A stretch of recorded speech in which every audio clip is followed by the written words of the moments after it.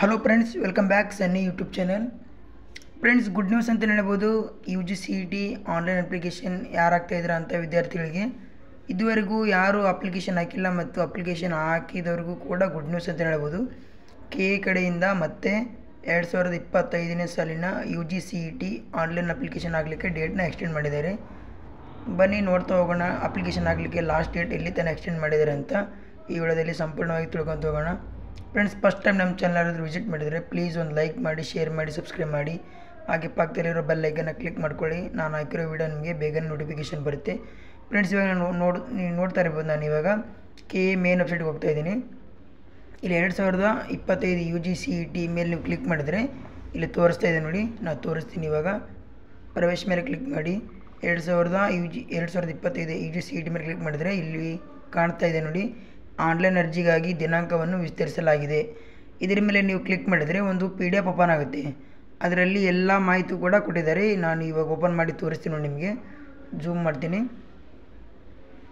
ಇಲ್ಲಿ ನೋಡ್ತಾ ಇರ್ಬೋದು 2025 UGCET ನೋಂದಣಿ ಹಾಗೂ ಆನ್ಲೈನ್ ಮೂಲಕ ಅರ್ಜಿ ಸಲ್ಲಿಸಲು ದಿನಾಂಕವನ್ನು ವಿಸ್ತರಣೆ ಮಾಡಲಾಗಿದೆ.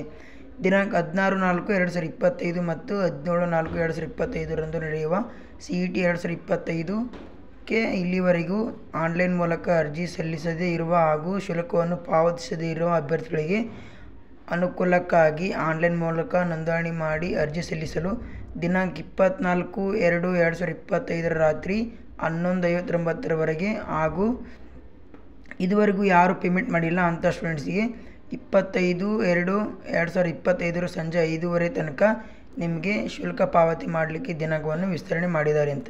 ಅಂದರೆ 2025ನೇ ಸಾಲಿನ UGCETಗೆ ಯಾರು ಇದುವರೆಗೂ ಆನ್ಲೈನ್ ಅಪ್ಲಿಕೇಶನ್ ಹಾಕಿಲ್ಲ ಮತ್ತು ಯಾರು ಅಪ್ಲಿಕೇಶನ್ ಹಾಕಿ ಇನ್ನೂ ಪೇಮೆಂಟ್ ಮಾಡಿಲ್ಲ ಅಂಥ ವಿದ್ಯಾರ್ಥಿಗಳಿಗೆ ಆನ್ಲೈನ್ ಅಪ್ಲಿಕೇಶನ್ ಆಗಲಿಕ್ಕೆ 24/2/2025 ರಾತ್ರಿ 11:59 ಅಂದರೆ ರಾತ್ರಿ 12 ಗಂಟೆವರೆಗೆ ನಿಮಗೆ ಕಾಲಾವಕಾಶವಿದೆ. ಹಾಗೂ ಅಪ್ಲಿಕೇಶನ್ ಹಾಕಿ ಇನ್ನೂ ಯಾರು ಪೇ ಮಾಡಿಲ್ಲ ಅಂಥ ವಿದ್ಯಾರ್ಥಿಗಳಿಗೂ ಕೂಡ 25/2/2025 ಸಂಜೆ 5:00 ತನಕ ನಿಮಗೆ ಕಾಲಾವಕಾಶ ನೀಡಲಾಗಿದೆ.